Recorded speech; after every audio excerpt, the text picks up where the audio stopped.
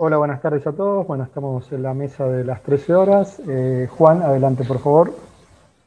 Bueno, buenas tardes, bienvenidos a la mesa de la clase abierta del curso de filosofía, que es, si bien tiene una dinámica similar a otras mesas, esta es una clase abierta, o sea que pueden ingresar en este momento gente que no esté concurriendo al simposio, pero en cuanto a la dinámica de la mesa va a tener la misma dinámica en el sentido de que se van a hacer las dos exposiciones y luego se va a dar un lugar a las preguntas y intervenciones que quieren hacer.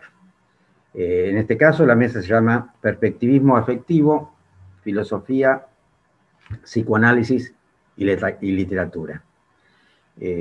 Comenzará con la disertación Solange Camauer sobre el tema que va a hablar es Ser del Miedo, que nos hablará sobre el abordaje que hace la filosofía con la definición del miedo. Y luego Marcos de Soldati, que nos hablará de la elaboración de los afectos que hacen Freud, De Quincey, Borges, en tres tipos de textos diferentes. Me acompaña también Andrei Konikov, que va a coordinar que es miembro de APA y que va a coordinar la actividad y va a recibir las preguntas que vayan y comentarios que vayan haciendo.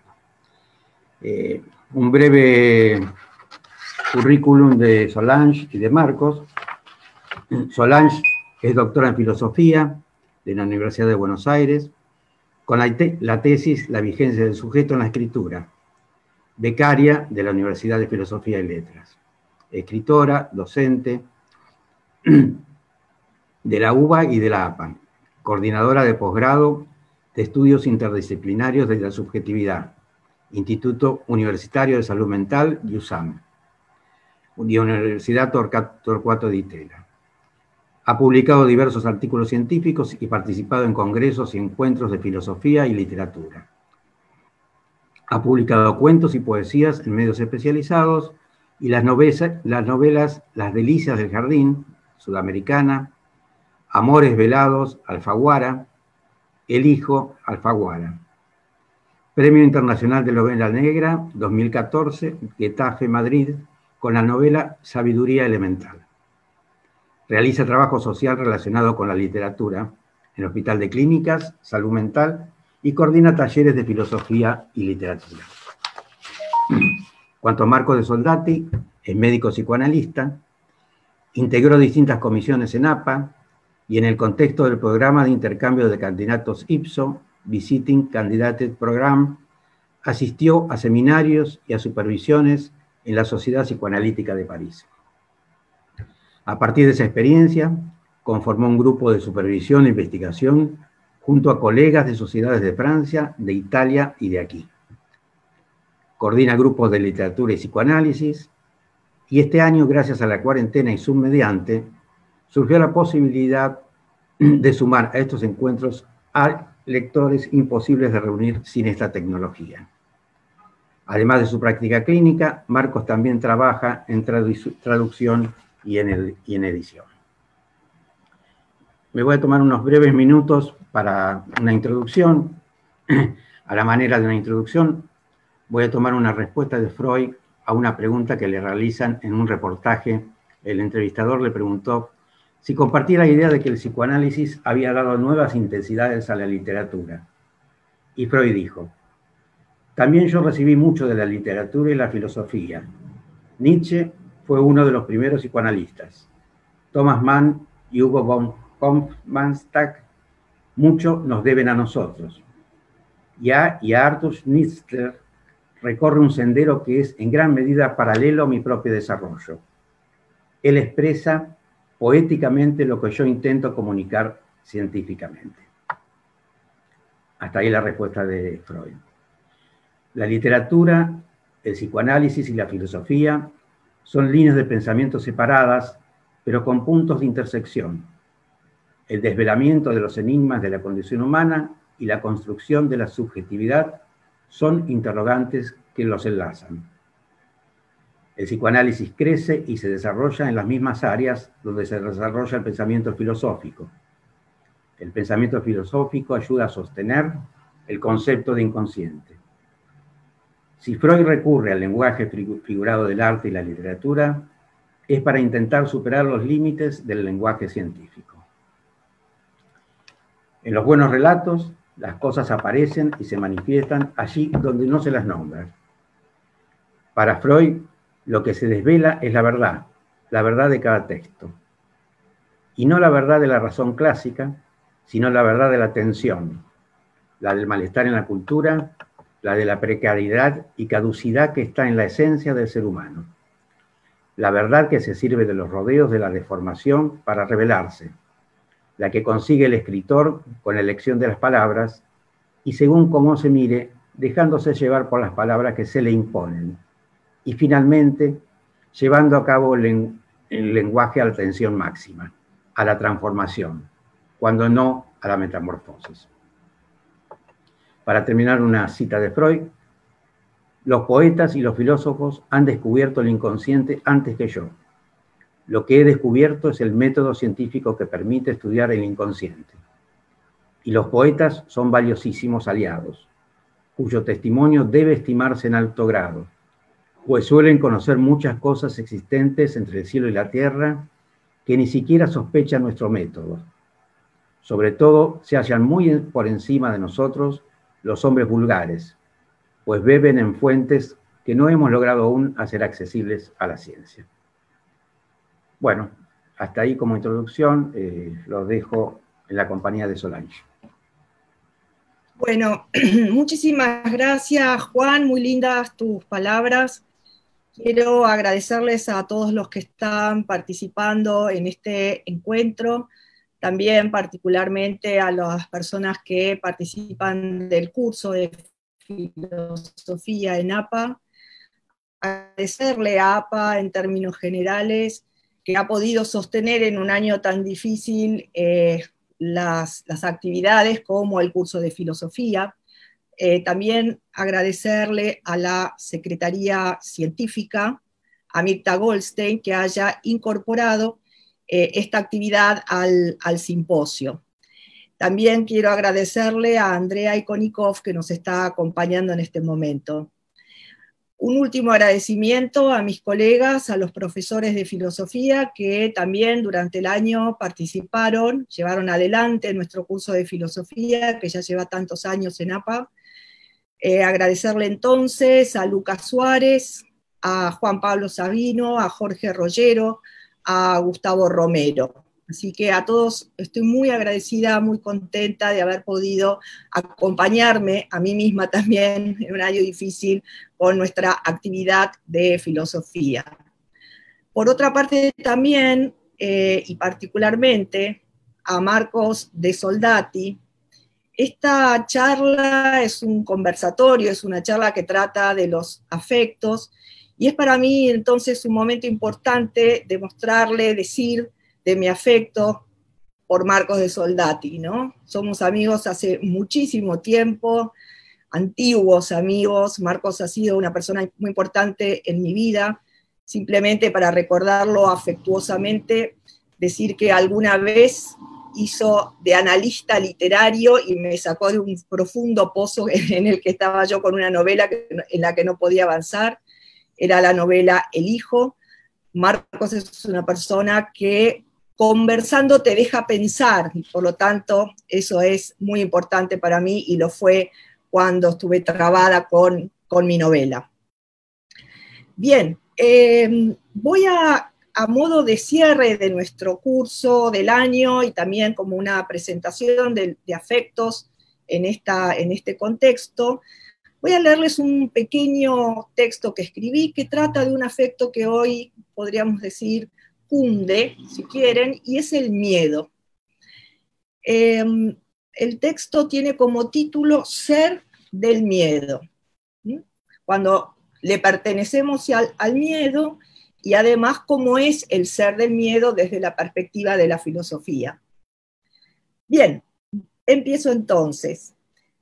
¿Cómo encara la filosofía un problema, y en particular el problema de los afectos, que tradicionalmente han sido rebajados a confusas reacciones del cuerpo, a intensidades que la corporalidad ciega padece.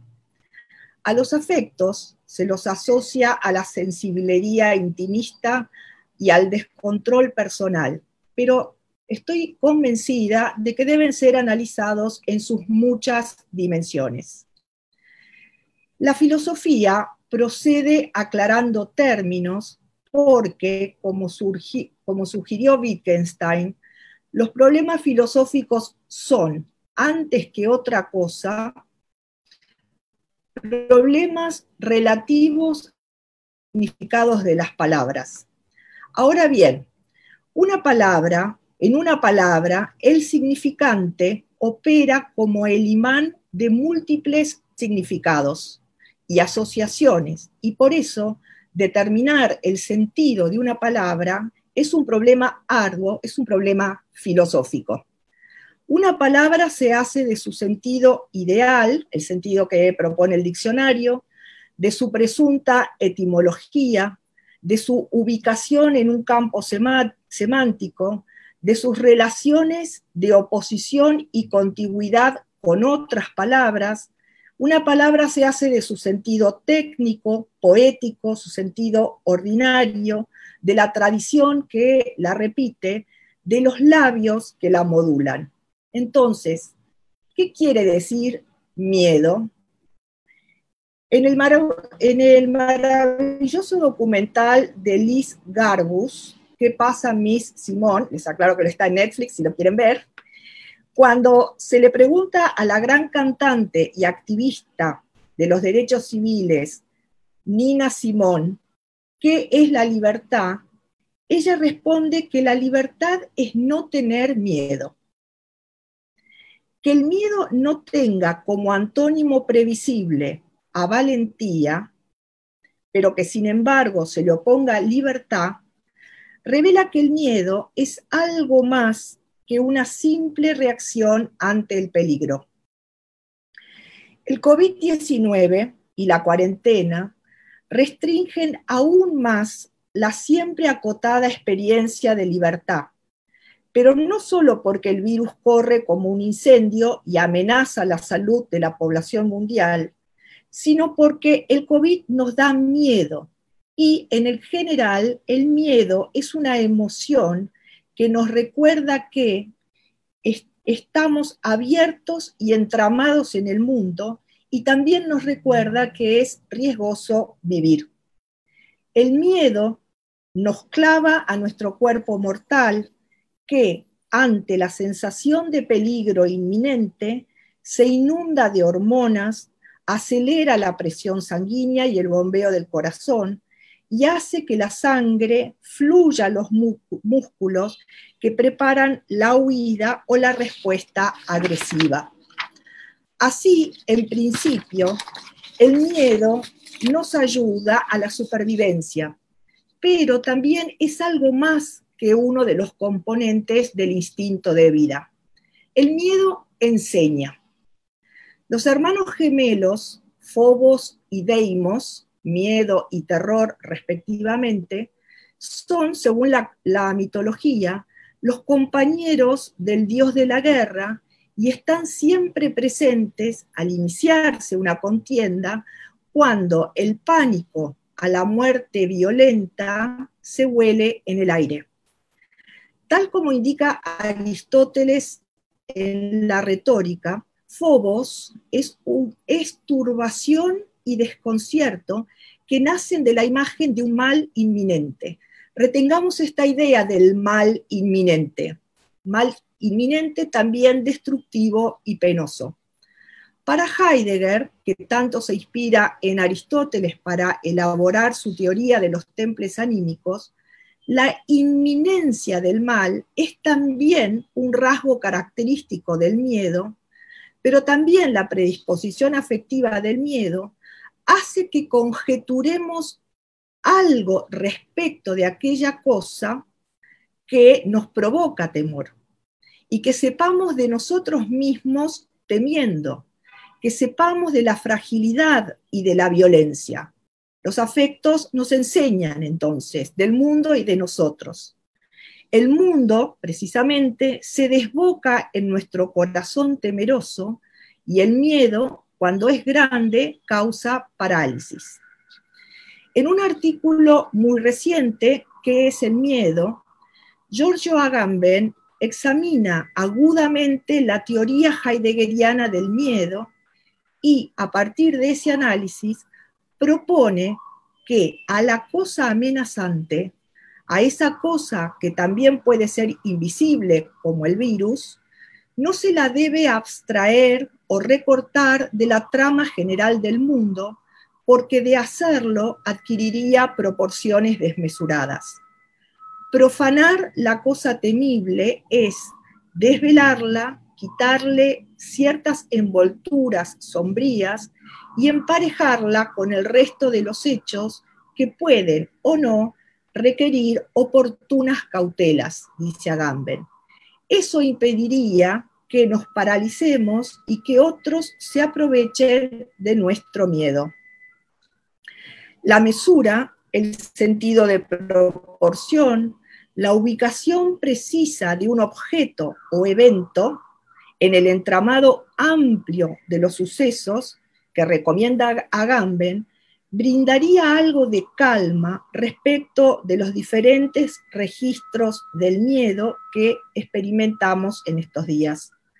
La calma es indispensable porque el miedo al virus podría transformarse en rechazo visceral a los eventuales portadores del virus, nuestros semejantes, que serían vistos solo como temibles infectados y portadores de muerte. El miedo al virus podría también derivar en la repugnancia hacia el mundo en cuyas superficies el virus se asienta. En este sentido, no habría otra salida que la autoliquidación si tanto tememos a lo que nos constituye: comunidad, mundo material, política. Como se ve, el significado de miedo libera sentidos míticos, biológicos, anímicos, sentidos también existenciales. El miedo nos dice algo acerca de lo temible. El miedo enseña, pero, como dice Spinoza, el miedo también es una forma de tristeza que disminuye nuestra potencia de obrar. Ahora bien, los filósofos insisten en que el miedo teme a algo concreto, pero que ese temor es inconstante porque revela la inminencia de un peligro y no la concreción de ese peligro. El miedo no constata una tragedia ya consumada, sino la proximidad o posibilidad de esa tragedia.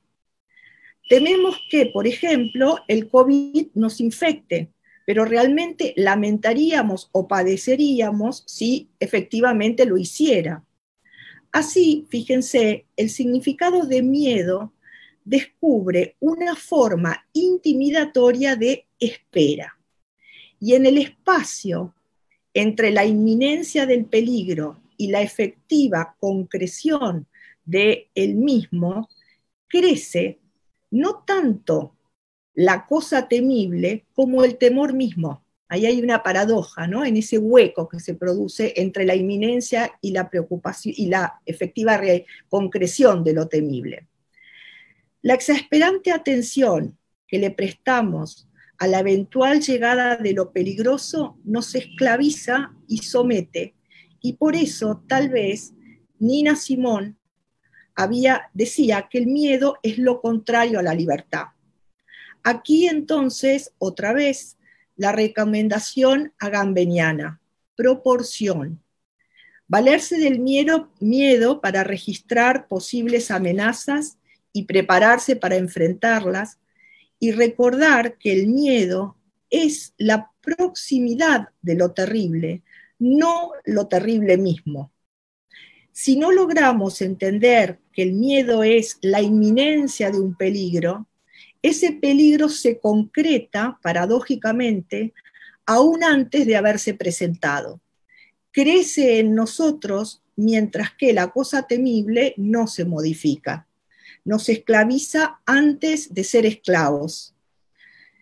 Le damos estatuto en nosotros a lo que no es, pero que comienza a existir con la fuerza de nuestra expectativa.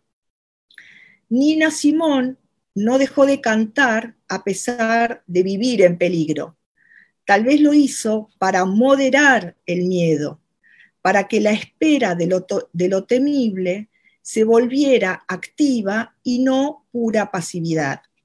Ahora sí, recién ahora, es oportuno hablar de valentía. Bueno, muchísimas gracias.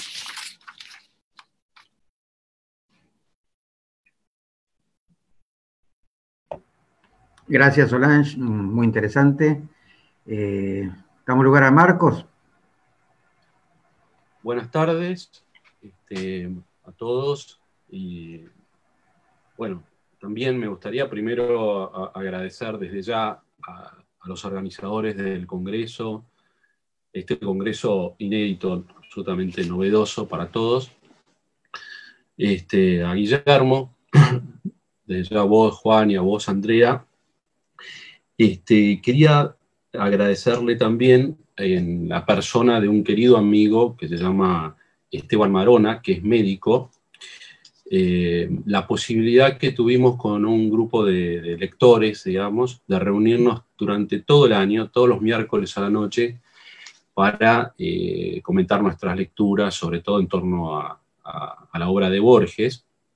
Y menciono a Esteban un poco como símbolo de todos, porque Esteban es médico y muchas veces se conectaba tarde desde el hospital con el AMBO, con su escafandra, todavía, a veces hasta desde el quirófano, para participar con su enorme pasión por la discusión de estas lecturas. Y me parece que es casi un símbolo este año, la actitud que ha tenido él y tantos otros. Y por supuesto a vos, Sol, la verdad que es rarísimo estar en una actividad como seria, porque el riesgo que siento correr, el miedo que tengo, es que nuestra conversación se preste a delirios en los que suelen entrar nuestras charlas. Voy a tratar de que no sea tan así. Ya sabemos que delirar es salirse del surco, ¿no? Y estamos en una... Se me ocurría recién cuando te escuchaba, como en el surco de la incertidumbre, para tomar esta palabra del Congreso, ¿no? Y también pensé, bueno, es muy sexual, ¿no? El surco de la incertidumbre, ¿no? Combina justamente nuestros temores, nuestros deseos, y vaya a saber cuántas cosas más. Y la propuesta de hablar hoy de los afectos, la verdad que es tan compleja que me remitía a algunas lecturas. Y la idea es brevemente comentarlas. Algunos estuvieron quizás en la Feria del Libro hace unos días y algo de esto ya mencioné entonces. Comentarlas en torno a lo que distintos escritores, entre ellos Freud, por supuesto, pensaron cuando ha surgido en ellos algún afecto inquietante. Y es interesante, siempre me pareció muy interesante lo que hizo Freud en su famosa carta a Romain Rolland al final de su vida, cuando Romain Rolland, el escritor francés pacifista, muy admirado por Freud, cumplió 60 años, y Freud decidió dedicarle una pequeña pieza de análisis, que lleva el nombre de una perturbación de un recuerdo en la Acrópolis, para contarle justamente el análisis de lo que él llama al principio del texto, una pequeña vivencia. Una pequeña vivencia. Yo pensé que otros autores hablan de pequeñas vivencias. Y bueno, de los que aquellos en los que pensé fueron sobre todo Thomas de Quincey, Borges, el mismo Freud, y en estos días en el escritor japonés Ryonosuke Akutagawa. Entonces, mi idea ahora es pasar muy brevemente por algunas notas, cartas o textos de estos 3, 4 autores, para luego llegar a algo que sí tiene que ver, en definitiva, con el agradecimiento inicial a todos ustedes, pero con algo que considero imprescindible, que es la presencia del otro para elaborar esas pequeñas vivencias que tienen implicancias a veces muy severas. Por ejemplo, en el caso de Ryonosuke Akutagawa. Ryonosuke Akutagawa, que nació en 1885 y murió a los 35 años, fue un gran escritor japonés, quizás el más grande de la primera oleada, digamos, de escritores modernos del Japón. Autor de muchas obras, la más conocida es Rashomon, que fue llevada al cine por Akira Kurosawa. Y Akutagawa, que era de una extrema sensibilidad y que pasó una infancia muy sufrida, su madre enloqueció, padecía una psicosis muy grave y él a los 4 años fue adoptado por un tío y una tía, pero la tía no era menos grave que la madre, y Akutagawa se pudo sobreponer a una infancia muy desdichada y llegar a ser un gran poeta y un gran escritor. Sin embargo, vivió aterrado por la posibilidad de que la profecía de su tía se cumpliese. La tía le decía que él iba a padecer de la misma locura que la madre.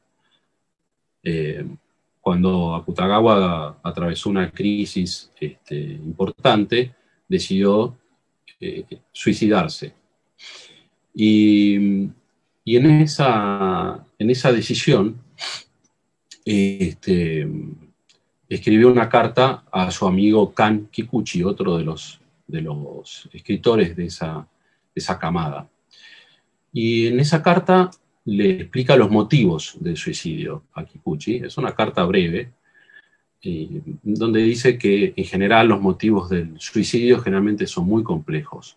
Por lo menos en mi caso, le dice Akutagawa, está impulsado por una vaga sensación de ansiedad. Una vaga sensación de ansiedad sobre mi propio futuro.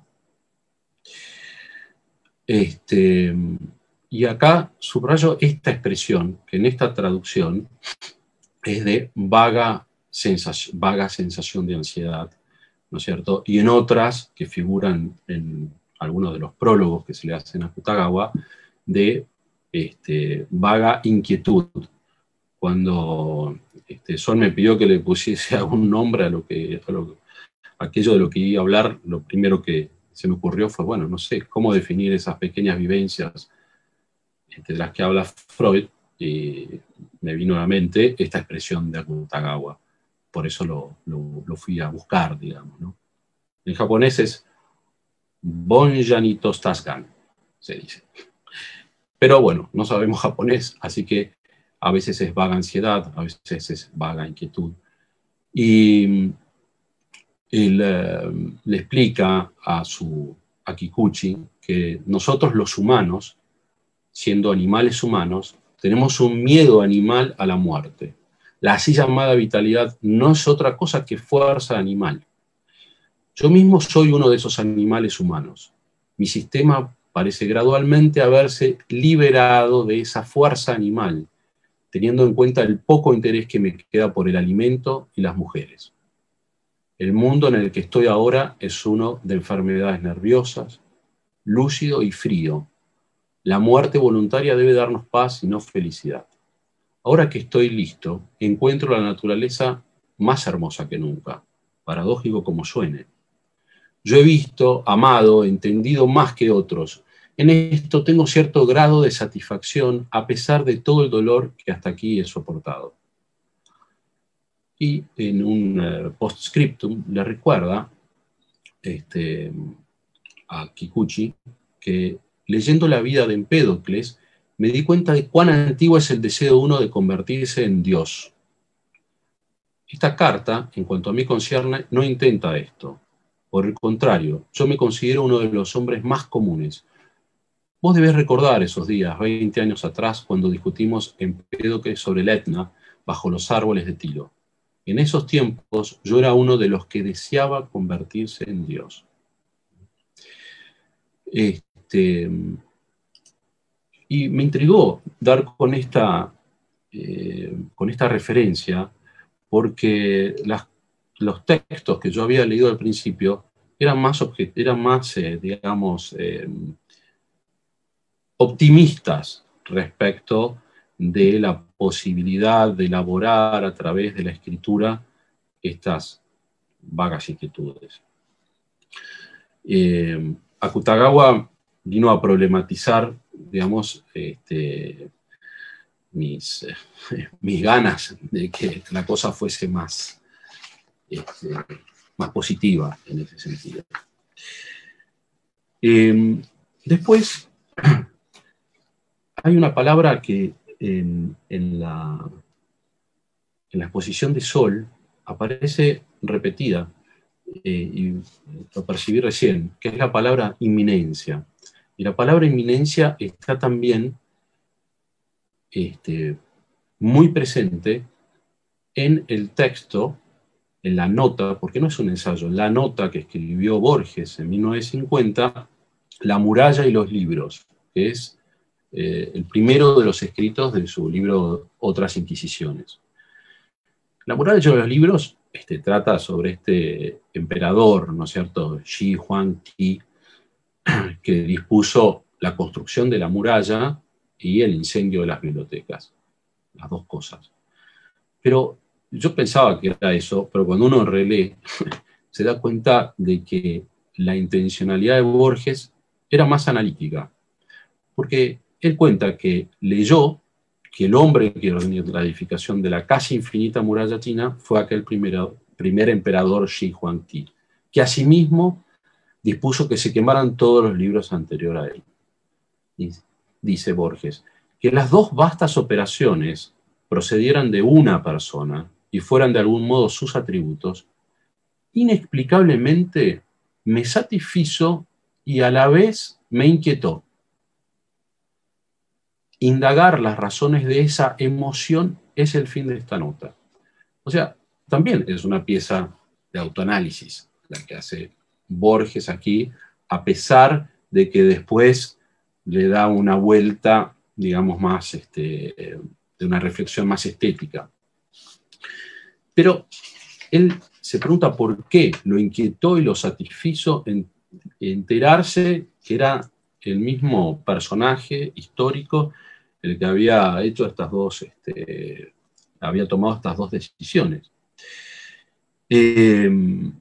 Entonces, le parecía que eran hipérboles al principio, ¿no? Que eran así como exageraciones descomunales, ¿no? Que por qué eso debería haberlo conmovido, por la dimensión de esos propósitos. Reflexiona Borges acerca del sentido que tenían para Shi Huangdi, y uno de ellos era, bueno, la muralla en el espacio y el incendio en el tiempo, dice, fueron barreras mágicas destinadas a detener la muerte. Después también se pregunta respecto de este propósito mágico, de si tenía un valor metafórico para este emperador, ¿no es cierto? Dice, ¿acaso el incendio de las bibliotecas y la edificación de la muralla son operaciones que de un modo secreto se anulan? Incluso, psicoanalista Borges, acá, mal que le pese, llega a decir lo siguiente. Dice, Shi Huangdi había desterrado a su madre por libertina. En su dura justicia, los ortodoxos no vieron otra cosa que una impiedad. Shi Huangdi tal vez quiso borrar los libros canónigos porque estos lo acusaban. Tal vez quiso abolir todo el pasado para abolir un solo recuerdo, la infamia de su madre. O sea, fíjense cómo comprende perfectamente el mecanismo de la represión.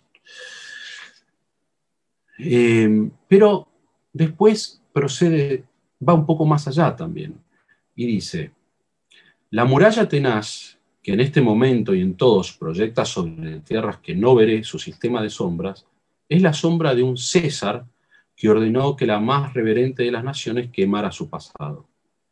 Es verosímil que la idea nos toque de por sí, ¿no? Nos toque, nos conmueva, nos afecte, fuera de las conjeturas que permite. ¿Por qué?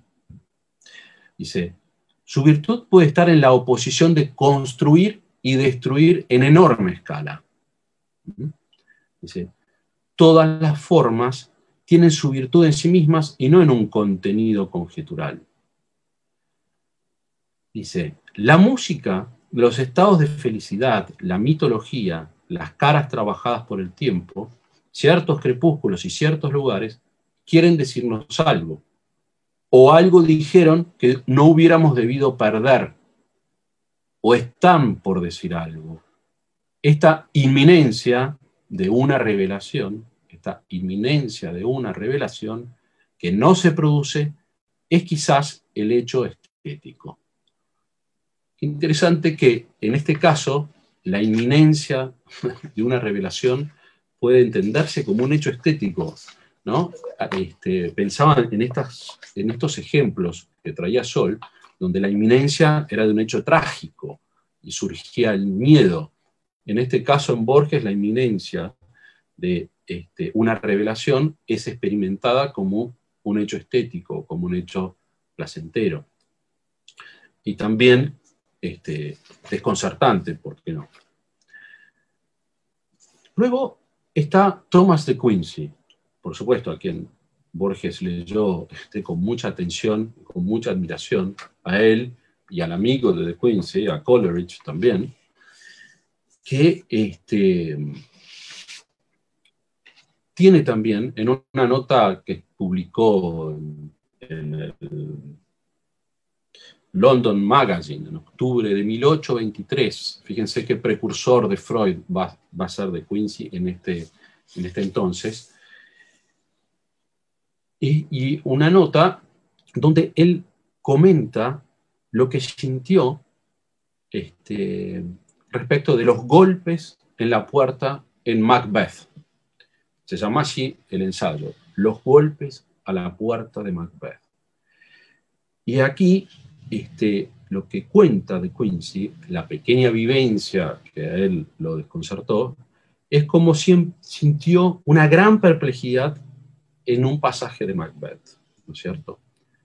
En el momento en que, después de haberse producido el asesinato de Duncan, el rey, por parte de Macbeth y de los guardias, en ese acto, en ese segundo acto de la obra que es aterrador, por lo infernal, por el modo en que se deciden esos crímenes, donde incluso están la famosa expresión de Lady Macbeth, unsex me here, ¿no? De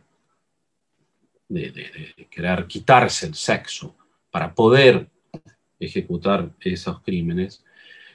Crimen que, por otra parte, ahora voy a comentar, no se representa en escena, pero que ocurre. A De Quincey lo que le sucedía era, primero, que desde ya sentía cierto temor y terror en esa escena,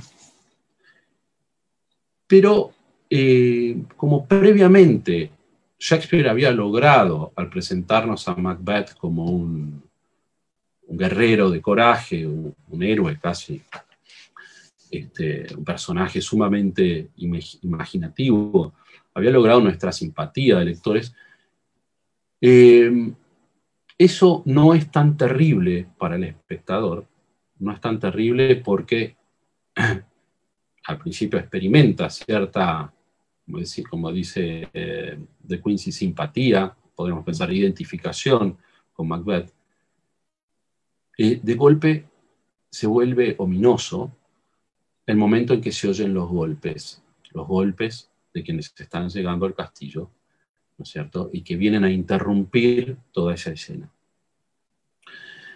Entonces, ¿qué es lo que dice De Quincey en su artículo?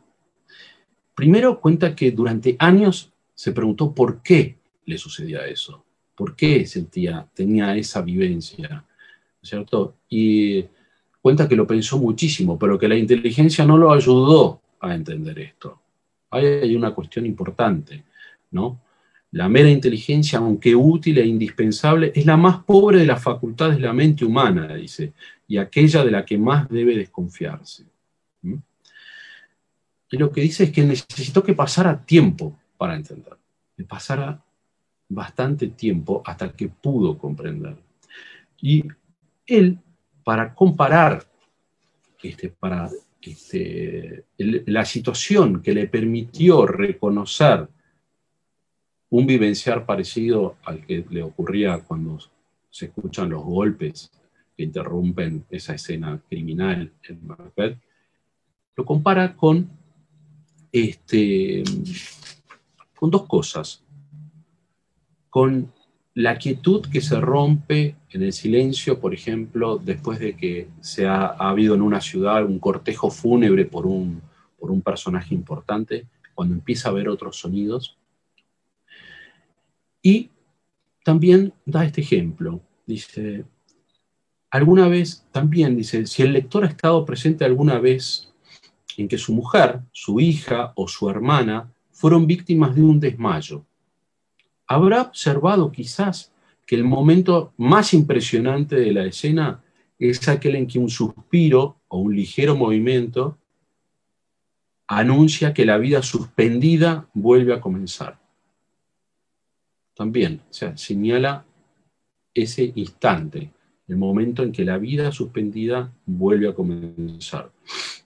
O sea, lo que ocurrió en Macbeth es el momento en que esa vida que queda suspendida, que ocurre fuera del tiempo en esa noche infernal, con los golpes, vuelve a comenzar.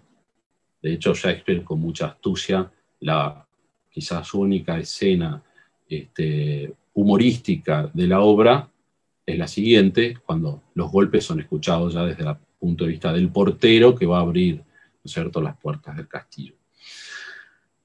Ahí juega con esos contrastes, ¿no es cierto? Dice que en ese momento es cuando lo humano refluye sobre lo diabólico, ¿no? El pulso de la vida golpea de nuevo. El reanudarse los usos del mundo en que vivimos, nos damos cuenta por primera vez del horrible paréntesis que lo suspendiera. Cuando leí esto pensé, ¿qué va a suceder cuando salgamos de la cuarentena, por así decir? Pensaba en los niños volviendo al colegio ahora. ¿Cómo van a experimentar después de no estar desde marzo retornando a esa vida?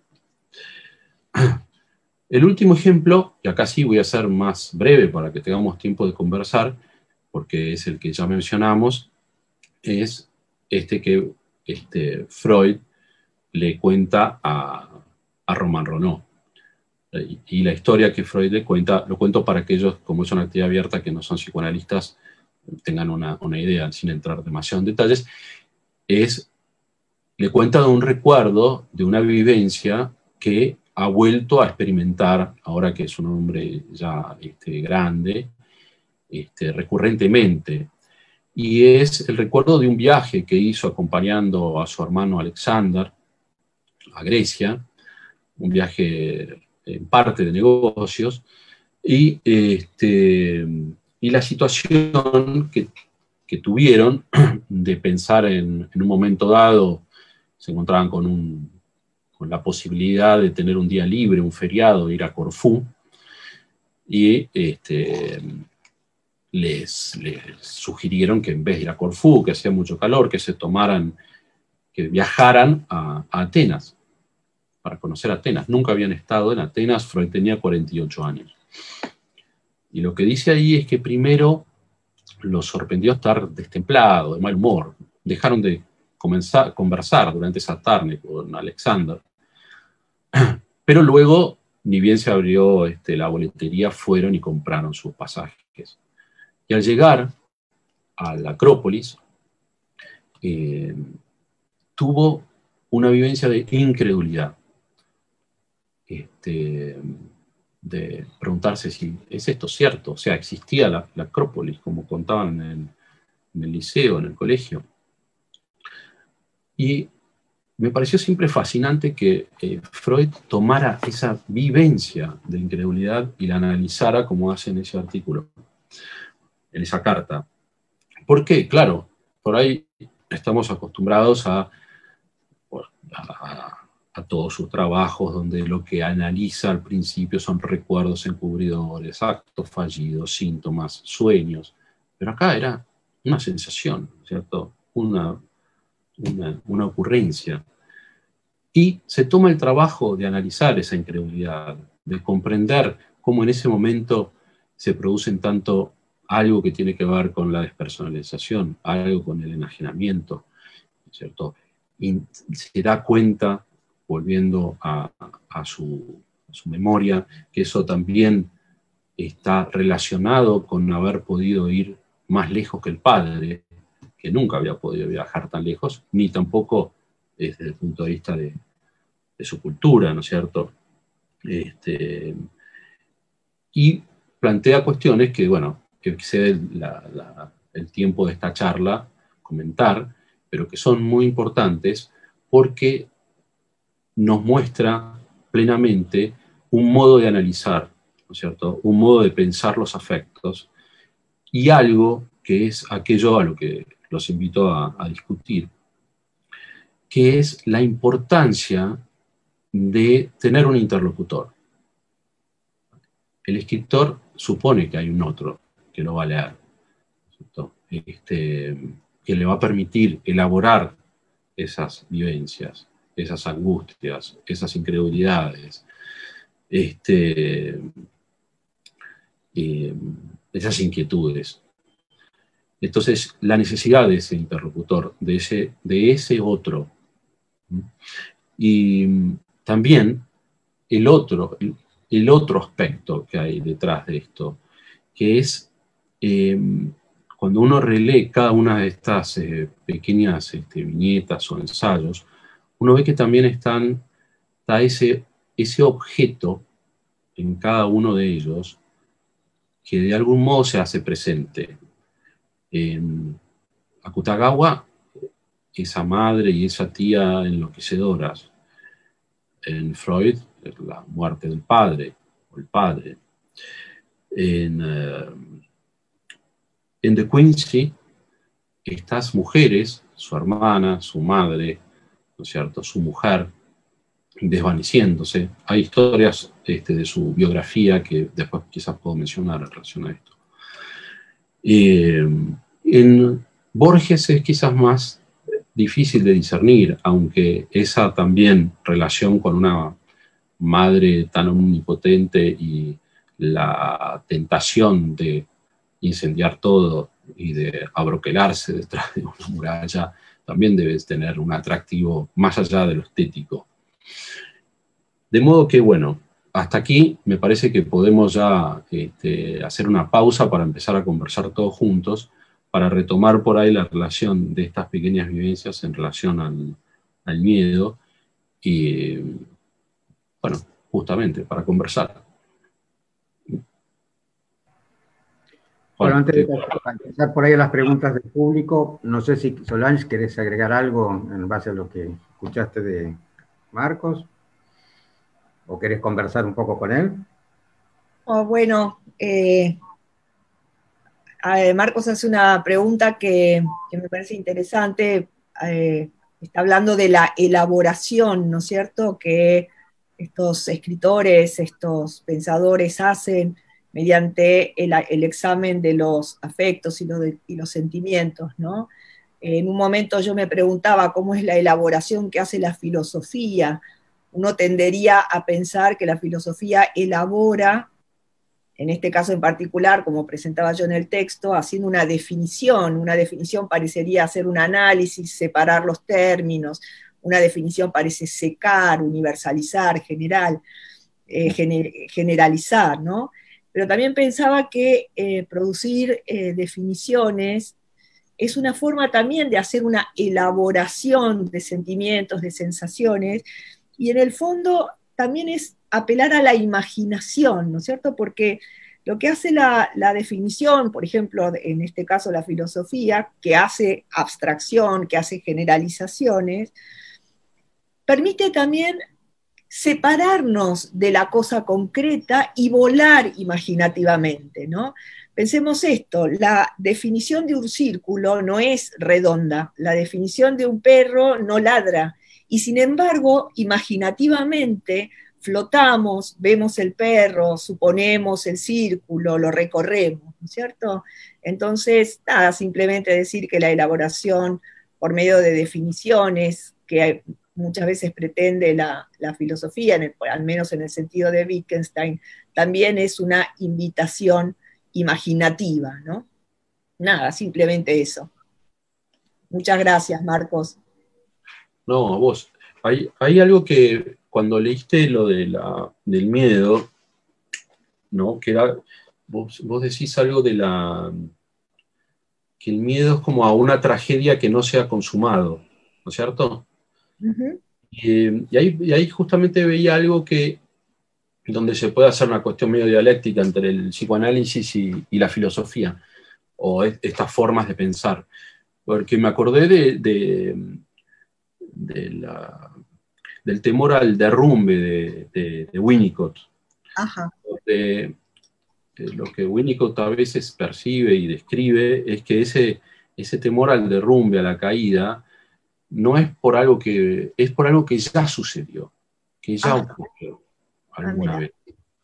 Entonces, por eso el miedo es distinto en cada uno de nosotros frente a un mismo objeto, digamos, ¿cierto? No es el mismo objeto.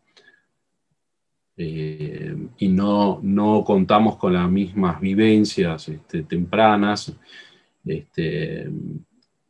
modo que es experimentado de distintas formas.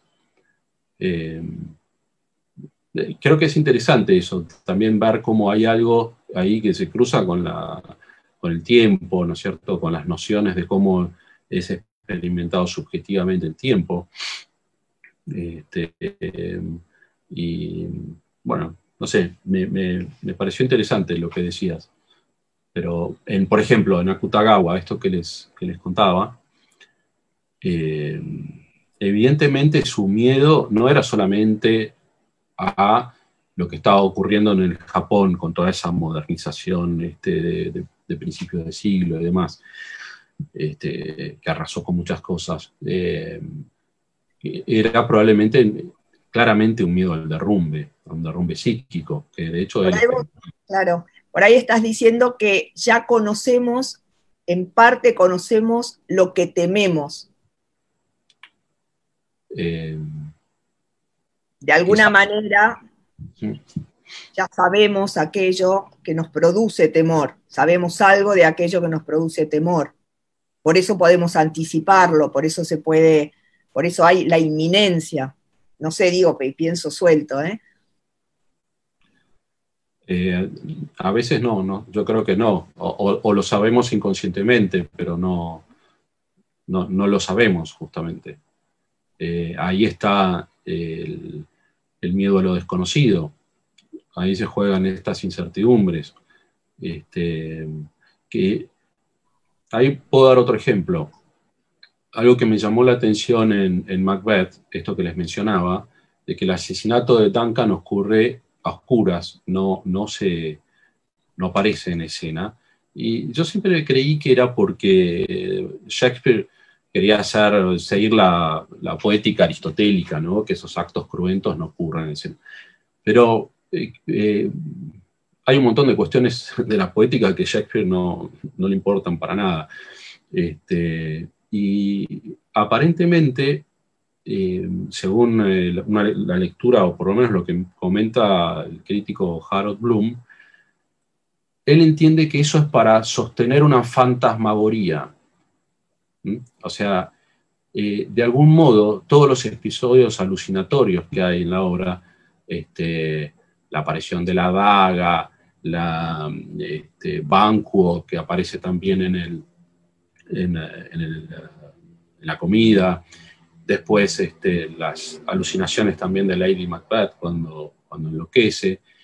Esto ocurre, no ocurre y ocurre, y de algún modo requiere que el lector, que el espectador, con su propia imaginación, se imagine, ¿no es cierto?, a las puñaladas, o el degüello, o el horror de matar a una figura así paterna.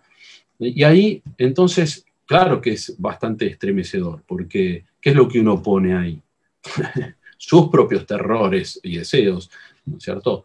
No son explícitos, o sea, apela a nuestra fantasmagoría.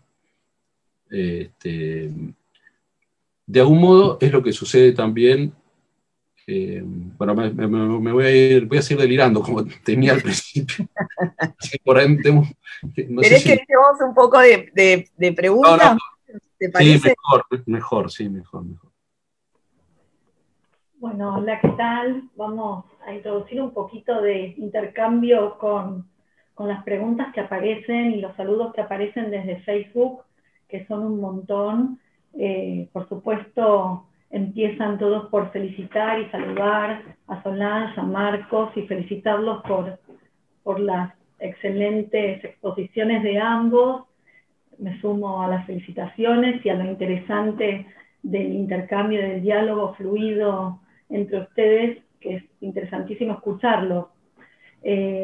Bueno, vamos primero con algunos saludos de Claudia Borenstein, de Sara Visser, de Alicia Weber, de Marga Slack, felicitaciones de Ricardo Vergara, después de Diana Eisenson, Silvia Ferrando. Sara Sussman dice, magnífica la definición de Nina Simone, libertad es no tener miedo. Sonia Discant dice, ¿se podría entender que por tiempo se refiere a elaboración en sentido psicoanalítico? Beatriz Rubens saluda desde New York. Sigo con algunas preguntas más. Gabriela Friedman plantea que si podría pensarse el hecho estético no necesariamente como placentero, y la espera de una revelación sigue cobrando su valor inquietante. ¿Cómo lo pensaste? Bueno, siguen las felicitaciones. Cecilia Moya plantea si no hay miedo a lo desconocido. Sara Sussman dice que el miedo frente a algo que puede llegar a ocurrir puede estar alimentado por vivencias traumáticas infantiles muy precoces que no quedaron inscritas. Bueno, ¿quieren contestar algunas y seguir? Porque... Sí. Sol, ¿querés decir algo? Sí, adelante. Había una pregunta respecto del tiempo y la elaboración, que no sé cómo es, pero debe ser con lo que mencioné de De Quincey. ¿Lo vuelvo a decir? ¿Se lo vuelvo a preguntar? ¿Querés? Sí.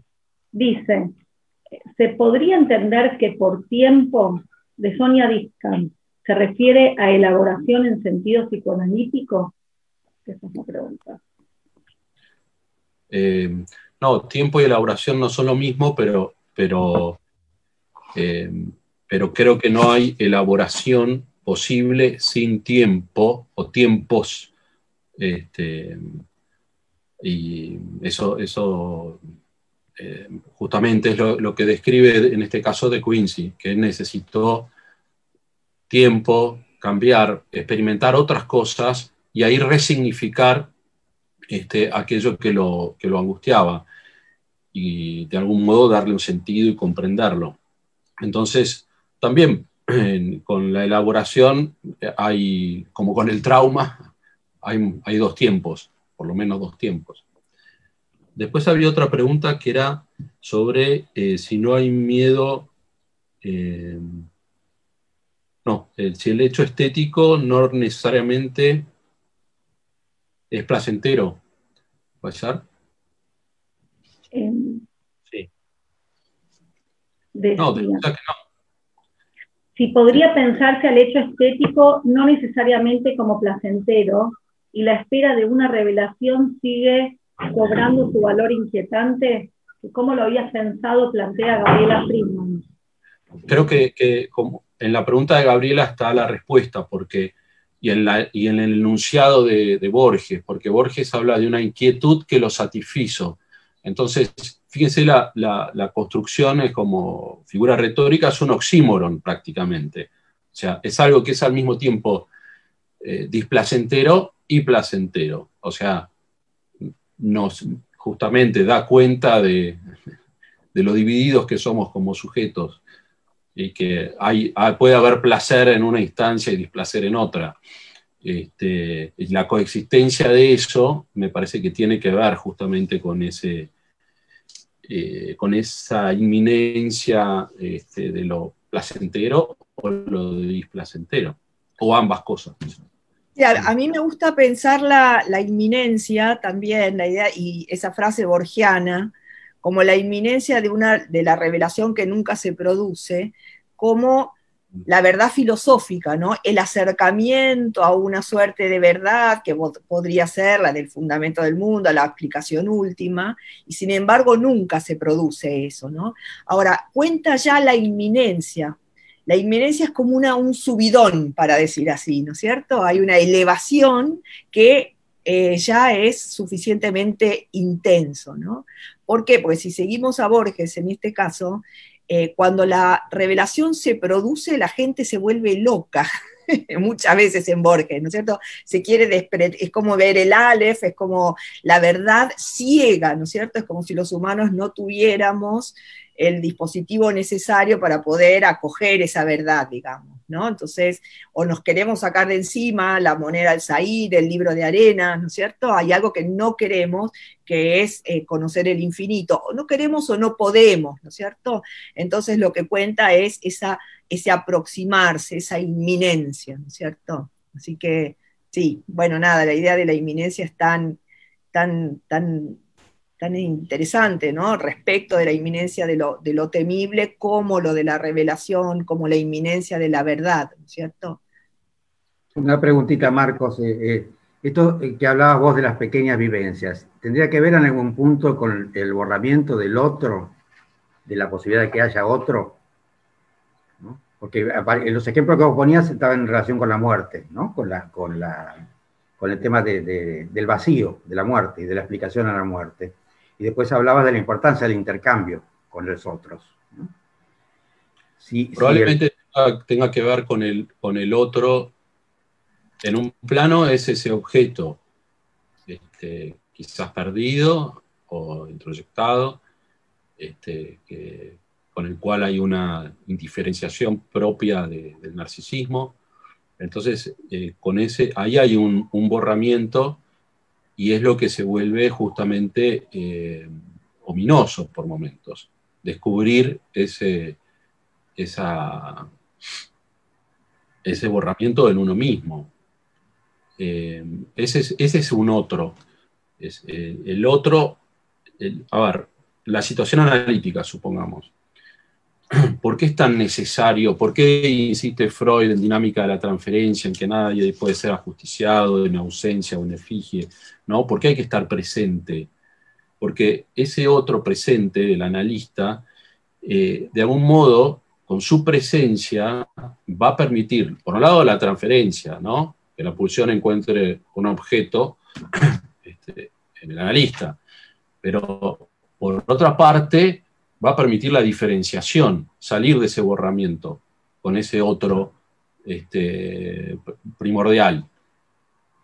O sea, va a interceder en esa confusión, proponiendo otra cosa.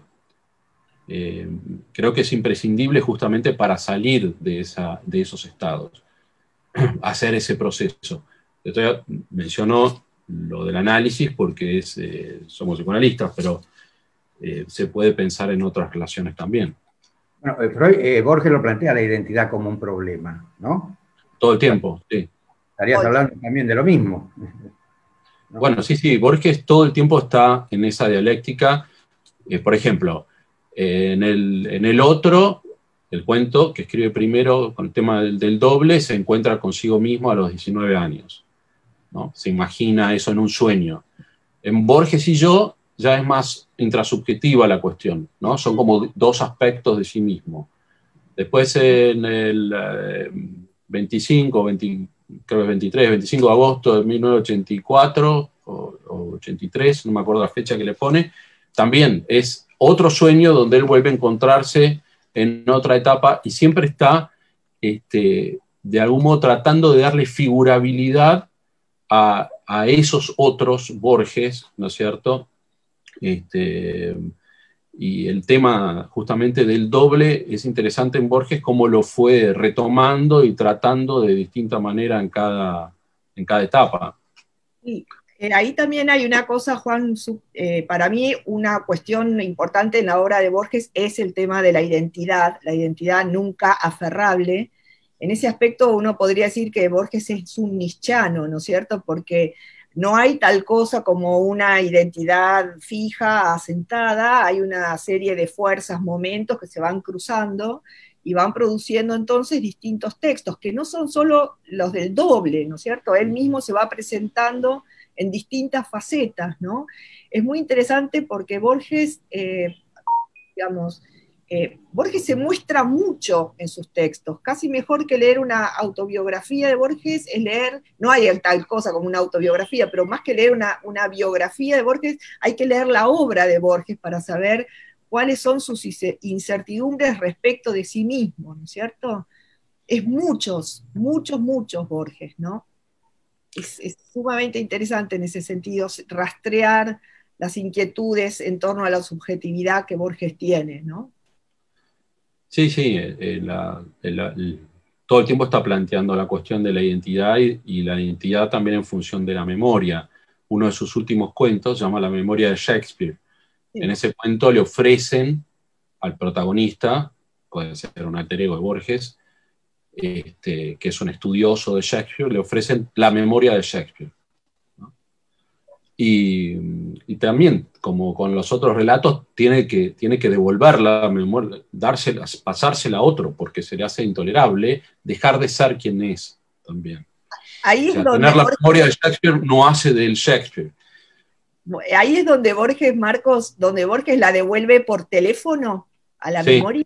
Sí, se va fijando que no sea una mujer, que no sea un chico, si atiende a un chico muy joven, tampoco se la ofrece, porque le parece que es como algo muy terrible. Encuentra uno que sí. Andrea, ¿hay alguna otra pregunta? ¿Algún comentario? Hay varios comentarios, pero antes de... Me permito hacer una preguntita, aprovecho el espacio, porque cuando estabas articulando en tu exposición, Solange, el tema del miedo y la libertad, y surge el tema de la esclavitud, a mí se me vino como a la memoria este relato bíblico cuando Moisés los va a liberar al pueblo judío de Egipto, y entonces cuando le dice que hagan todas sus valijas, o recojan lo que tengan para irse, más de la mitad del pueblo se queda, y salen unos pocos al desierto, ¿no? Hacia la libertad. Entonces, cuando vos decías que esto del miedo esclaviza, por eso se me vino esta asociación, ¿no? Antes de ser esclavo. Pero planteaste, no me acuerdo qué, hablando por qué autor, que la libertad es no tener miedo. Y me preguntaba si acá, pensando en un montón de situaciones donde nosotros o nuestros pacientes, o cuando escuchamos a alguien, cuántas veces uno no se permite avanzar hacia algo que desea por miedo, Pensaba si la libertad es no tener miedo o es modular el miedo, porque cierto miedo sería un poco necesario, ¿no? Pero bueno, me pareció muy, muy interesante esto, y sobre todo Spinoza, cuando lo citás, que dice que el miedo como forma de tristeza que disminuye la potencia de obrar, ¿no? ¿Cuántas veces somos esclavos de este miedo creado por nosotros mismos ante una inminencia que desconocemos, ¿no? Frente a la incertidumbre? Y pensaba cuán importante es hablar de estas cosas en estos tiempos. Ahora, voy por algunos comentarios más de Facebook, que Raquel Goldstein dice: la escena del crimen que no se muestra, ¿sería equivalente al fuera del campo en cine? Después, muchos preguntan por el horario de las clases de filosofía en APA, porque se quieren anotar. Hay varios ya que están deseando esa información. Carlos Ruiz dice: entonces el miedo inhibe el impulso epistemofílico. Otra: miedo sin otredad, ¿es pánico? Bueno, quieren... Sí, retomo, ¿no? Y un poco teniendo en cuenta muchos de los temas que hemos visto durante el año. El miedo y los afectos en términos generales, y en eso puedo coincidir con algunos de los comentarios que hizo Marcos, supone una precomprensión del mundo, de la situación, del propio cuerpo y del entramado que nuestro cuerpo tiene en el mundo, ¿no es cierto? Hay algo entonces que el miedo, para decir así, enseña de nosotros mismos y de aquello que se presenta como amenazante. En los filósofos que mencioné, Aristóteles, Heidegger, ellos... Primero, la distinción, particularmente en Heidegger, la distinción entre miedo y angustia es que el miedo se da frente a algo concreto y la angustia es general, es la existencia la que se vuelve temible, ¿no es cierto? Ahora, lo que a mí me pareció sumamente interesante, en los dos casos por lo menos, es que hablan ambos de la inminencia de lo temible, cuando todavía lo temible no se ha concretado. Y ahí Agamben lo que hace, que me parece sumamente interesante, por ahí responde algo de lo que se está diciendo ahí, es, Agamben propone el sentido de la proporción, ¿no es cierto? Es insertar lo temible en un campo, ¿no es cierto?, más amplio que lo temible mismo, para que lo temible no ocupe toda nuestra atención. Eso no quiere decir que hay que eliminar el miedo, de ninguna manera, ¿no es cierto? Y tampoco lo recomendaría Spinoza, a pesar de que Spinoza no es favorable a la familia de los afectos tristes, porque disminuyen el conatus, la potencia de actuar, ¿no es cierto? Pero todos los afectos son termómetros del mundo, para decir así, ¿no es cierto? Entonces no se busca ni controlarlos ni eliminarlos, como Spinoza, por ejemplo, le reprocha a los estoicos, sino atender, ¿no es cierto?, dejarnos guiar por esos y después, bueno, por supuesto que templarlos con el entendimiento. Para Spinoza eso es muy importante, ¿no? El pánico es el miedo extremo, ¿no?, que quizás es el que nos paraliza. A mí me parece siempre tan interesante lo que nosotros dejamos crecer en nosotros mismos, ¿no? Digamos, la autoafección vendría a ser en este caso, ¿no? No el afecto que el mundo, afecto, efecto que el mundo tiene en mí, sino lo que dejo yo crecer en mí, ¿no es cierto?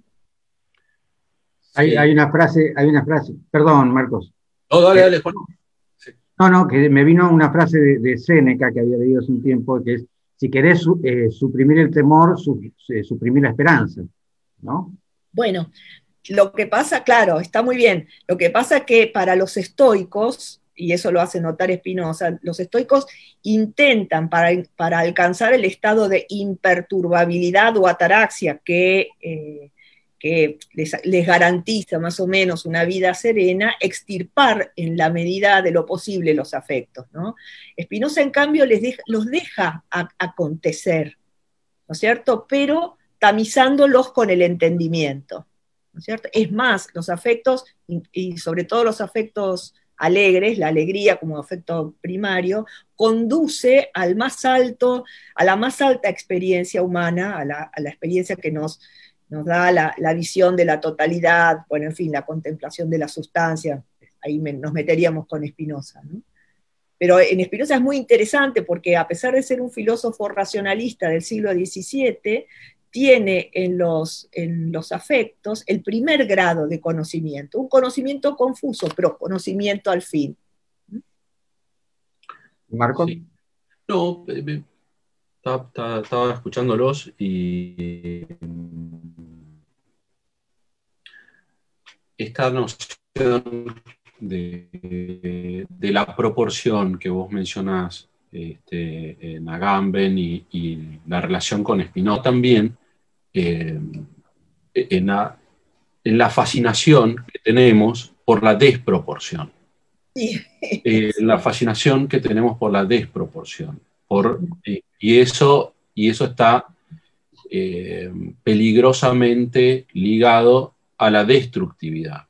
Entonces, en La muralla y los libros hay una fascinación por la desproporción, no solo del emperador chino, sino es lo que reconoce Borges en esa emoción que lo inquieta y lo satisface también, ¿no? Pero hay una fascinación por esa cuestión de arrasar con todo, con todo el saber, incendiar todas las bibliotecas y por otro lado, ¿no? El encierro, la muralla infinita.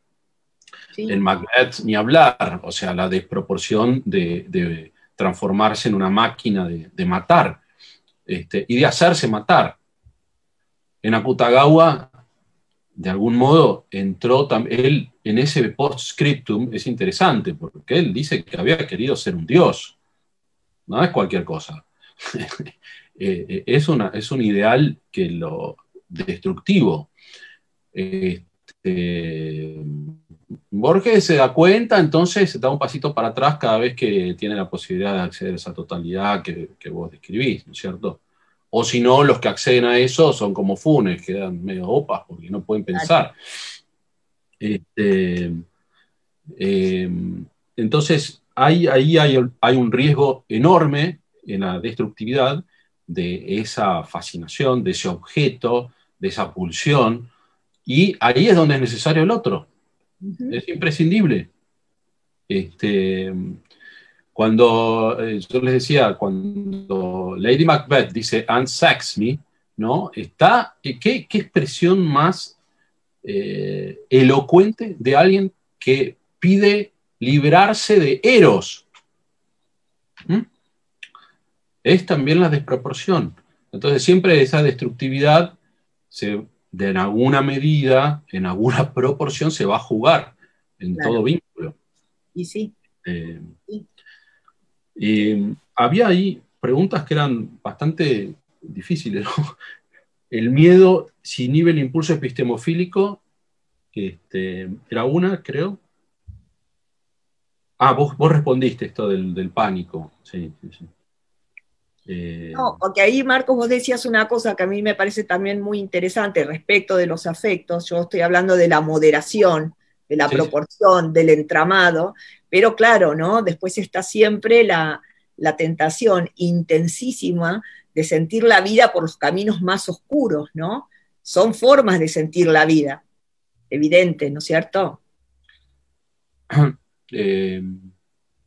Bueno, sí, a veces son formas de sentir y de destruirla. Claro, sí, pero también son formas de afectar, ¿no es cierto? Y afectarse, ¿no? Claro. Sumo unas preguntitas más, ¿quieren? Dale.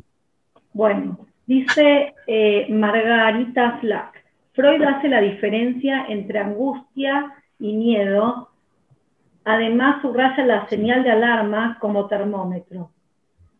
Después, Silvia María Ferrando, el mundo nos amenaza con...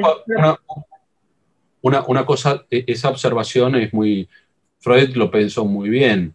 O sea, toda la distinción que hace entre angustia automática y angustia señal, ¿no es cierto? Cuando el miedo ya supone un objeto reconocible, la angustia no. Sí, sigamos, perdón. Sigamos. Bueno, después, Silvia María Ferrando, el mundo nos amenaza con desproporción, ¿no? ¿Cómo ajustar nuestra percepción de la desproporción? Y después Mirta del Carmen Ibarra dice, Marcos, el tema de lo ominoso y la figura del otro y uno mismo. Lo vimos en Hoffman y en Wakefield de Hawthorne. Perdón la pronunciación si no lo estoy haciendo bien. Aparecen los miedos, el doble, el narcisismo y el temor a dejar de ser. Nombrando a Spinoza, todas las cosas quieren perdurar en su ser. Bueno, y se disculpa por la falta de vocabulario psicoanalítico porque no es del rubro. Bueno. Muchas gracias por las preguntas. Y la de Mirta es, bueno, es para otro encuentro porque hablar de lo ominoso. Y las alusiones a Hoffman desde ya, bueno, El hombre de la arena es el texto en el que utiliza Freud para comentarnos lo ominoso, para mostrarnos que no se trata solamente de enamorarse de una muñeca, sino de la irrupción de la compulsión a la repetición. Esa es la vivencia que se torna. Un poco eso ya en el momento de la perturbación del recuerdo en la Acrópolis de la carta de Romain Rolland, Freud ya lo tiene muy claro. Se da cuenta que hay algo no ominoso, pero sí ligeramente inquietante en su incredulidad, en la discordancia de lo que siente con lo que supone debería sentir. Después sigo un poquito más. Claudia Bonenstein dice, es muy interesante los aportes al estudio en Borges que traen Sol y Marcos al tema de la identidad, tema que está hoy en primer plano con la reformulación de las identidades. Hoy identidades de género fluctuantes que en otra época del psicoanálisis hubieran entrado en un tratado de psicopatología. ¿Qué piensan de eso? Y después Ana Rapp dice... Claudia, es terrible. Necesitamos como unas 3 horas más, por lo menos. Y una última cosita. Sí. Una última cosita, Ana Rapp dice, el miedo sostiene la relación siervo-esclavo. Bueno, los dejo con... Coincido con Ana. Bueno, nos están quedando unos muy pocos minutos, nos están quedando 4 minutos. Quedan 4 minutos. Si quieren ir contestando algo de esto o cerrar con algo de esto. No, yo simplemente agradecerles la presencia, agradecer a Marcos, a Juan, a Cecilia, a APA, a las personas que preguntaron. Lamentablemente no nos podemos quedar mucho más tiempo. Fue muy grato para mí estar acá, participar de esta mesa, darle cierre entonces al curso del año. Les mando saludos a todos. Muchas personas tienen mi mail, así que si necesitan cualquier cosa me pueden escribir. Así que muchísimas gracias y espero para todos que tengamos un buen año, un buen fin de año dentro de lo posible y que comencemos bien el próximo. Marcos, desde ya agradecerles muchísimo, Sol, mil gracias, y Juan, Andrea, a todos. Pero me despido con una anécdota. Ya estamos hablando de destructividad. Hace demasiados años, en una charla con Sol y otros amigos, se armó un pequeño debate de golpe, un duelo entre Sol y yo, ¿no? Porque no sé quién mencionó una frase de Borges, ¿no? Donde Borges menciona una divinidad decrépita y jubilada, ávida de no ser, y que, ¿no?, el universo sería la historia de esos oscuros fragmentos, qué sé yo. Entonces yo le digo, esa frase es del Vía Thanatos. Y Sol me dice, no, es ¿de dónde es eso? No me acuerdo. En ese entonces te acordabas. Entonces la firma que era de otro artículo. Y yo digo, no, estoy segurísimo. Y un amigo intercedió con mucha saña, fue a buscar el tomo verde de las obras completas.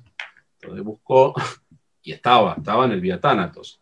Pero Sol insistió y se buscó el otro artículo. También estaba la misma frase de Borges, que ya ven cómo tuvo la precaución de ser ecuánime y de dejarnos felices a ambos en nuestro pequeñísimo debate. Me hiciste acordar con toda esta cuestión de la destructividad y del objeto y qué sé yo. Ahí habla de un filósofo, Philip Mainlander, que se suicidó también y que había leído a Akutagawa. Bueno, pero esa frase de los dioses jubilados y decrépitos es de Hume. Bueno, después lo buscamos. La frase de Hume, genial, ¿no es cierto? Si hubo alguien que creó el mundo, fueron los dioses jubilados y decrépitos que ya se murieron, decía Hume, ¿no es cierto? Para este lío en el que estamos viviendo siempre, ¿no? Claro.